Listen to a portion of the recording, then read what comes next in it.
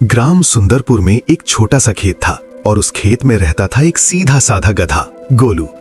गोलू बहुत मेहनती था, लेकिन गांव के बच्चे उसे देखकर हंसते थे। अरे देखो, गोलू आ गया, हमारा धीमा सुपरस्टार, बच्चे चढ़ाते। गोलू बस मुस्कुरा देता, पर अंदर ही अंदर उसे बुरा लगता। वो सोचता, काश मैं भी कभी हीरो बन पाता। गोलू के मालिक थे रामू काका। वे गोलू से बहुत प्यार करते थे। गोलू रोज सुबह खेत से सब्जियां ढोकर बाजार तक ले जाता। धूप हो या बारिश, गोलू कभी काम से पीछे नहीं हटता। एक दिन गांव में बड़ी हलचल मची।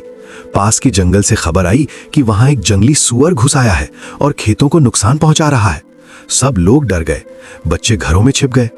तभी अचानक जंगल की तरफ से शोर आया। चिंटू रो रहा था। जंगली सुअर उसके पास घूम रहा था।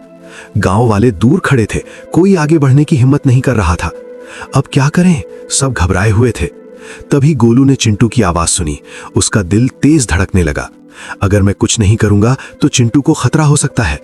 गोलू ने एक गहरी सांस ली और पूरी ताकत से चिंटू की तरफ दौड़ पड़ा। गोलू धूम।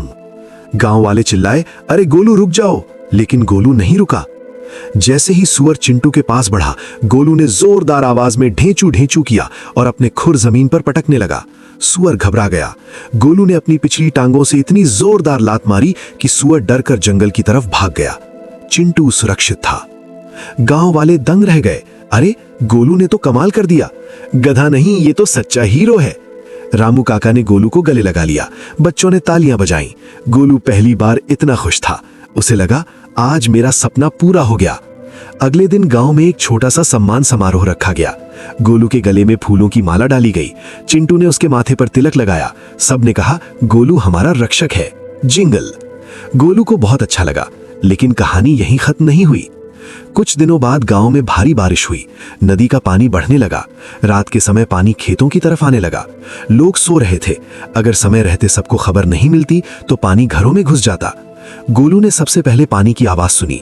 उसने देखा कि पानी तेजी से बढ़ रहा है। उसने तुरंत रामू काका के दरवाजे पर जाकर जोर जोर से ढेंचू ढेंचू करना शुरू कर दिया। रामू काका उठे, बाहर आए तो देखा पानी पास आ चुका है। उन्होंने तुरंत पूरे गांव में खबर कर दी। सबने मिलकर मिट्टी की बोरियां लगाईं और पानी का रास्ता मोड़ दिया। गांव एक बार फिर बच गया।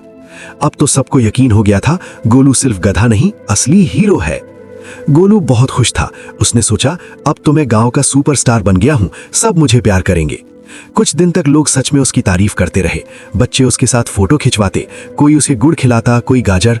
लेकिन धीरे धीरे सब अपनी जिंदगी में व्यस्त हो गए। खेतों का काम, स्कूल, बाजार सब सामान्य हो गया। अब जब गोलू बाजार जाता तो कोई खास ध्यान नहीं देता।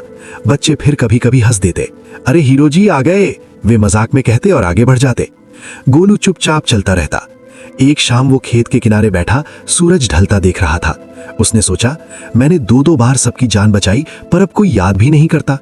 उसे याद आया कि जब बच्चों ने उसके साथ फोटो ली थी तो उन्होंने कहा था, हम इसे गांव की दीवार पर लगाएंगे, पर दीवार खाली थी।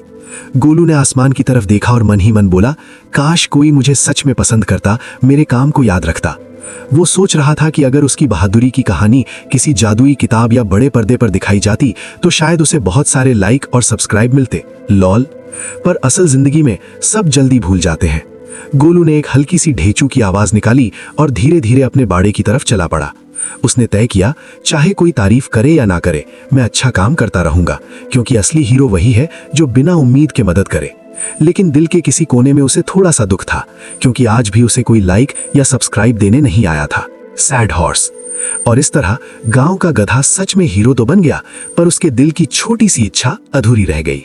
सीख, सच्ची बहादुरी दिखावे के लिए नहीं, बल्कि दूसरों की भलाई के लिए होती है।